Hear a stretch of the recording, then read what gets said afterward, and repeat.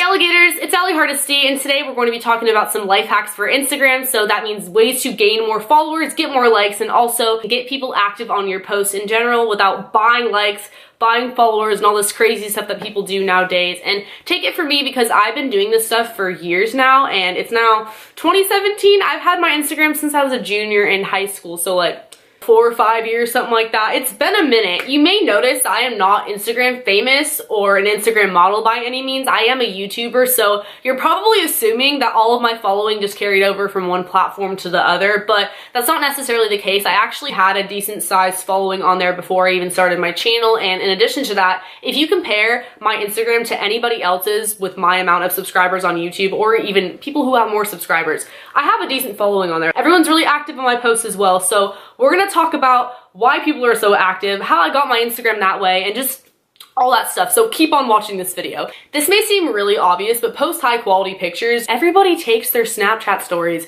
and throws them on Instagram. It's basically Snapchat 2.0, and after a while that just looks really lazy. So I'm telling you, it doesn't hurt to take pictures with your regular camera on your iPhone or your Android, or heck, if you have a professional camera, that's even better, you know, but you do not have to buy an expensive professional camera. I'm just saying, don't post pictures that were taken in the dark or that are really grainy or using the flash all the time, because people are gonna get annoyed of that, and you know, your friends might follow you, but if you really wanna grow on there and go the extra mile, I'm telling you, it doesn't hurt to have really high quality photos. Also, make sure you are posting personal photos. That means selfies, pictures with your friends, because let's face it, people are nosy. People care a lot more about what you look like and who you're hanging out with than what kind of sunset you were looking at or the food you ate for breakfast. People can look up hashtag Denny's in the tags, and a picture of waffles will come up that looks way better than your picture of waffles. Same thing with like sunsets or sunrises or whatever kind of scenery you're looking at. So people are following you to look at your post. So make sure that it is unique to you and your life and what you're doing and what you're up to, and it has you in a lot of the pictures, because that's just a lot more interesting. So I get asked a lot how I edit my photos or what kind of filters I use. The answer to that is I don't typically use filters. If I do, I'll use VSCO Cam. That's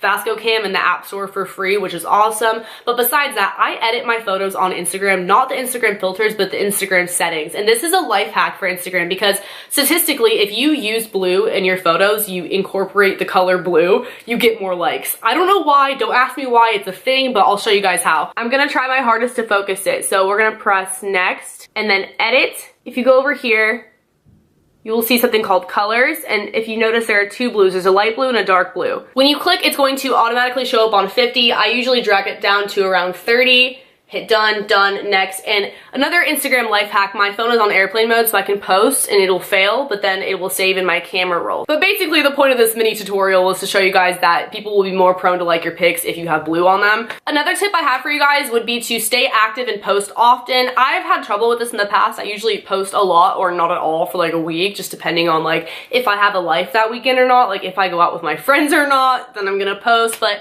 if you notice, the people who have a lot of followers are the ones that post pretty consistently, like on a daily or semi-daily, like every other day type of basis, because even if I'm really good friends with someone, I'm probably not going to want to follow them if they never post, because it's like, what's the point? Hashtags, and this only works if your profile is on public, so if you're not comfortable doing so, then just disregard this one. People used to do the whole hashtag follow for follow, hashtag like for like. I think that thing died down by now, and I mean, even if you were using that, I doubt you actually gained any active followers that like really cared about your post to begin with. But anyways, if you do use hashtags, they sometimes can be beneficial. I'll give you guys an example. One time I was at a rave and there was probably a couple thousand people there. I hashtagged what the rave was called, and I had tons of people coming to my profile to follow me and like the picture. I had a couple thousand likes on that picture, and that was before I did YouTube. So that was like a lot to me at the time. I was like, oh my god. It's because people found me through a common interest. Same thing with tagging your location. If you tag yourself at a rave or in a popular location where there's something going on, people might also be stalking the location and looking at other people in that area. The next tip I have for you guys is to be interactive with your captions, and there's a couple ways to do this. I've seen social media influencers say, hey, tag a friend who would like this hairstyle, tag a friend who would be interested in blah blah blah, that goes with their caption.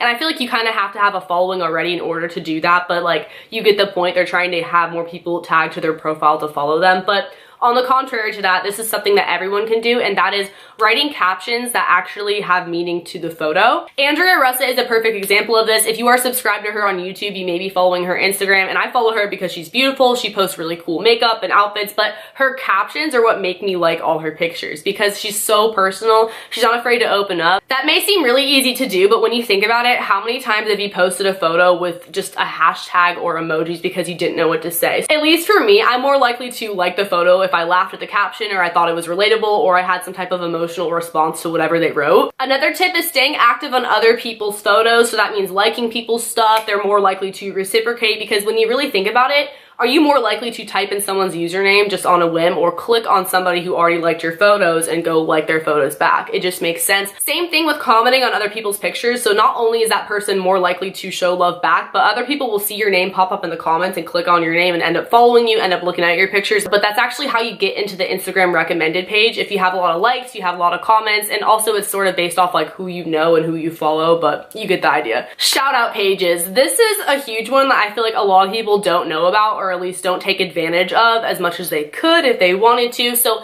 there are pages for everything. Country girl shout outs, girls with cute kittens shout outs, hot boy shout outs, like honestly anything. One is total frat move girls, TFM girls. I've been featured on there a couple of times, not on the actual page itself. I think that's like really hard to get on there, but the story, the Instagram story. So it's actually recently that happened to me twice.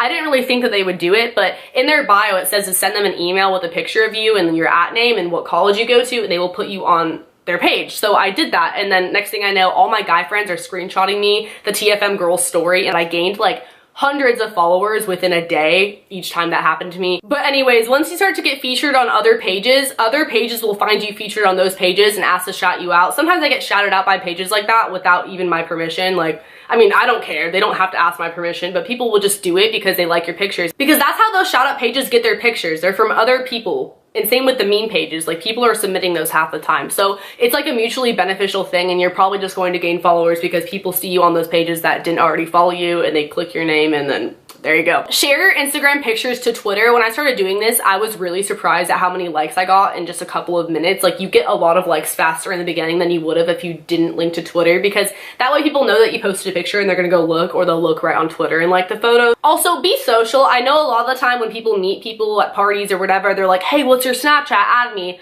I'm definitely that person who's like, what's your Instagram? Like, follow me on Instagram, I'll follow you back. And if you want my number, you can DM me, because I'm just more of an Instagram person for sure, so make sure that you're doing that when you meet people if you want. And last but not least, another thing would be to collab, and it's a lot different than on YouTube. That's just really posting a picture with somebody else and tagging them in the caption and also in the picture. So even if your friends don't have a lot of followers, if you're doing this with them, like even if you don't have a lot of followers, it doesn't matter. You guys probably have at least a couple people who are not following both of you. So again, kind of like a shout out, except for I feel like people are more likely to be more active because they're like, oh, that's so-and-so's friend that I just followed. Thank you guys so much for watching this video. If you did enjoy these life hacks for Instagram, how to grow yourself on Instagram and your following, be sure to give this video a thumbs up. My social media will be on the screen if you guys do want to follow, and don't forget to subscribe because I put out new videos all the time, especially if you want more like this one or story times or other types of videos, because I make a lot of different sort of content. Also hit the notification bell because that way you are notified when I upload, and I will see you guys next time.